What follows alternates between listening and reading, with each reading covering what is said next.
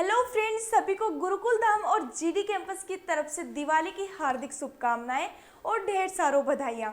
और अब अपन देखते हैं कि आज के दिन यानी कार्तिक जो शुक्ल एकम है उसको कौन सा त्यौहार मनाया जाता है। तो इस दिन है गोवर्धन पूजा की जाती है, यानी दिवाली के दूसरे दिन है वो गोवर्धन पूजा का प्रावधान है। तो गोवर्धन पूजा वो किस तरीके से की जाती है और कहाँ की ये सबसे ज़्यादा प्रचलित है और देखा जाए इसके पीछे की कहानी क्या है वो सारी अपन विस्तार से समझते हैं।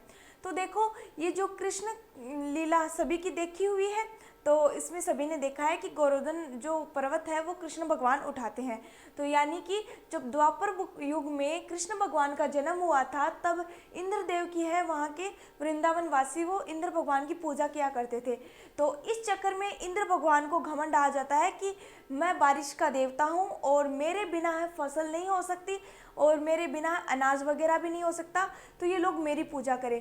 तो एक बार श्री कृष्ण भगवान ने कहा, श्री इंद्र भगवान का घमंड तोड़ने के लिए उन्होंने एक तरीके से लीला रची थी। तो उन्होंने अपने बाबा से कहा कि बाबा, अपन है ये इंद्र भगवान की पूजा क्यों करते हैं, बल्कि जो गोवर्धन पर्वत है वो हमें सब कुछ देता है, हमारे लिए चारा मतलब गायों के लिए चारा, हमारे लिए अन्न फ्रूट वगैरह सब कुछ उपलब्ध करवाता है, तो फिर इंद्र भगवान को इतनी प्रायिकता क्यों दे रहे हैं।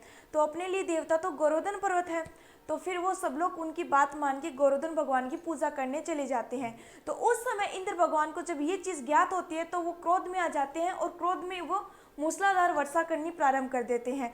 तब वहाँ के जो ब्रजवासी होते हैं वो कहते हैं कि भगवान के लिए अपन ने ये तो गलती कर दी, अपन गोवर्धन पर्वत की पूजा करने लगे और इंद्र भगवान का अपमान हो गया। तो इस सब से श्री कृष्ण भगवान ने कहा, देखो गोवर्धन पर्वत है, अपनी पूरी सहायता करेंगे, आप बस मन से उनको पुकार के तो देखो।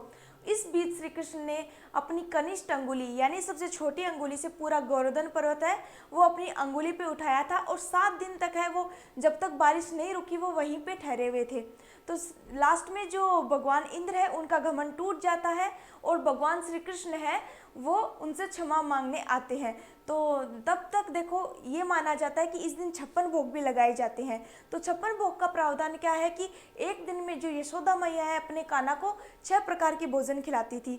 तो 7 दिनों तक भगवान कृष्ण भूखे रहे थे, तो 7 दिनों के हिसाब से 56 भोग हो जाते हैं। तो जब वो पर्वत वाला जो लीला खत्म हुई तब वो घर पे आके उन्होंने भोजन किया, तो यशोदा मैया ने अपने हाथों से उन्हें 56 भोग खिलाए थे।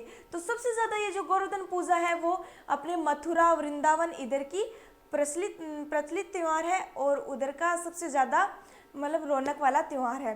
तो सब लोग अपनी अपनी तरफ से मनाते हैं, लेकिन सबसे ज़्यादा है वो उस तरफ है ये त्यौहार मनाया जाता है।